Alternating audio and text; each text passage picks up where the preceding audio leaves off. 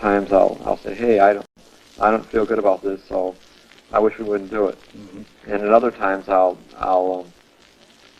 let rationality lead, or what I see as rationality, or I'll be willing to say, all right, we'll push the scale in this direction. I'll take the step even though I don't really feel that way. That's what you do sometimes. Yeah. Mm-hmm.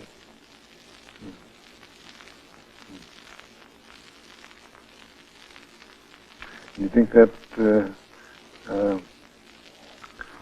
you've never really been in a serious crisis, I gather, between you, or would you say you have?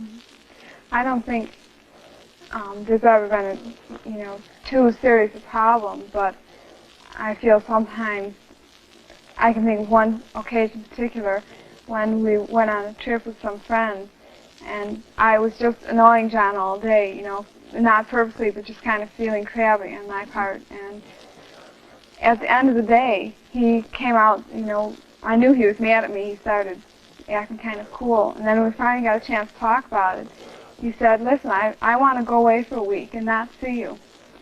And I just really felt terrible. And that really disturbed me. I think that's the biggest, at least that's the worst emotional thing I ever felt. I don't know if that was ever the most dramatic fight, but it was the worst I ever felt, because it's kind of like having the rug pulled out from you. And it sounds as though in that case both your crabbiness during the day and your feeling of, oh wow, this is terrible that evening, neither of those sound particularly logical. No, I suppose not. No, there were more emotional reactions.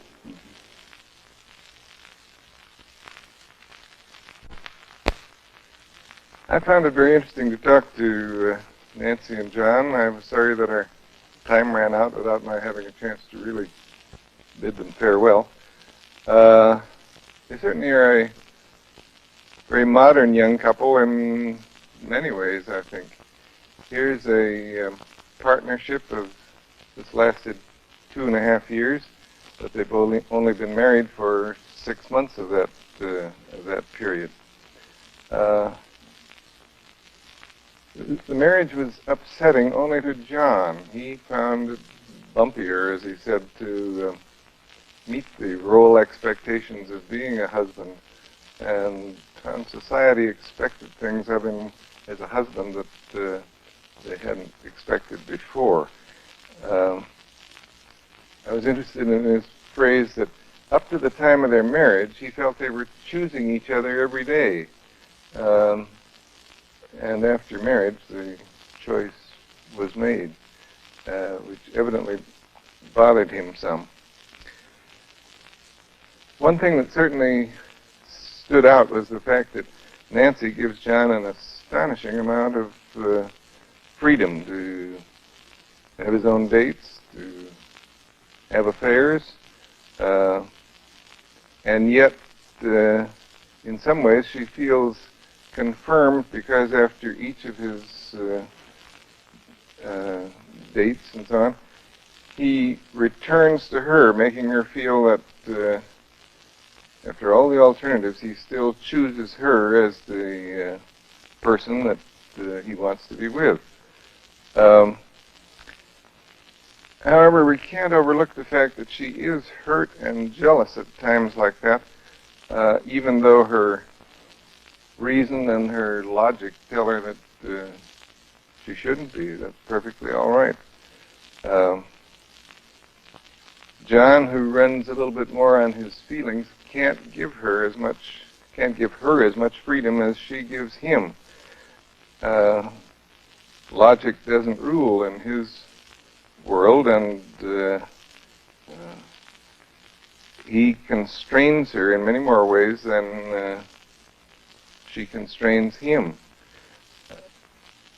I think that the degree of freedom that he has is especially indicated by the fact that he's sometimes scared of all the freedom that he gives her.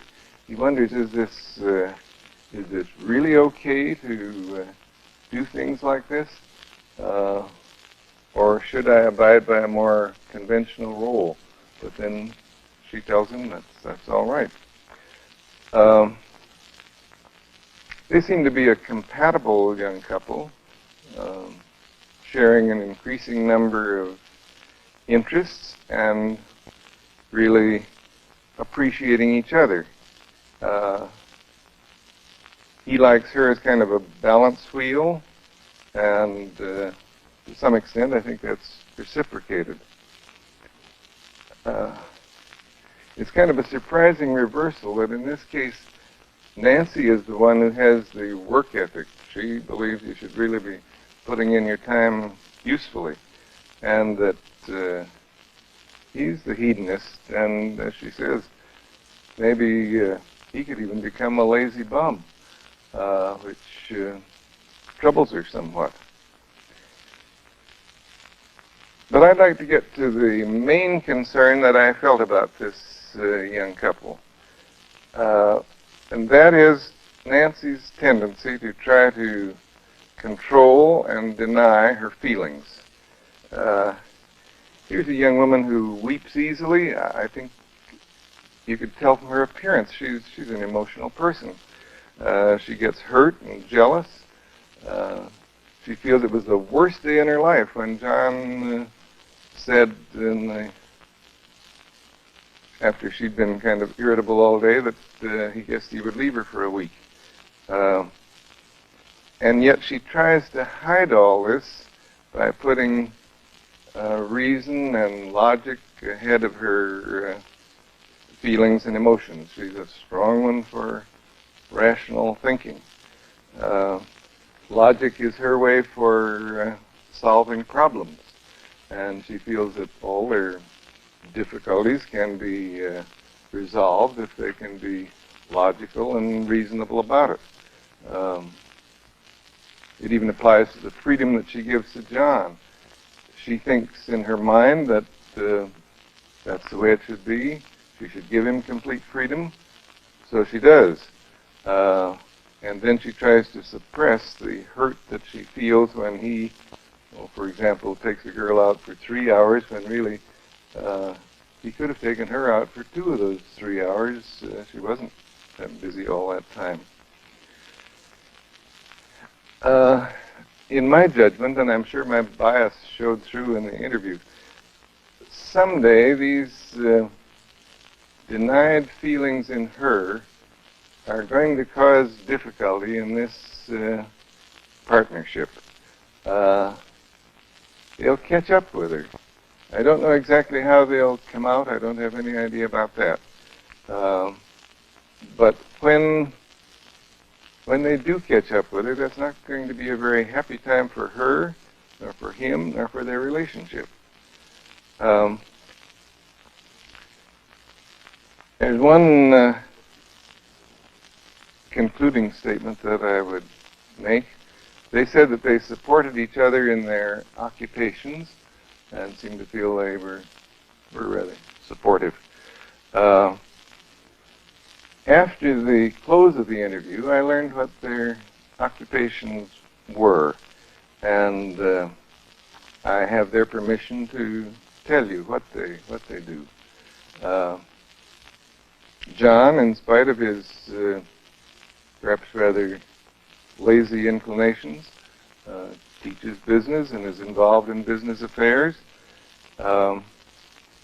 She's a part-time student, which doesn't seem surprising, and a girl who comes from a scientific and engineering family.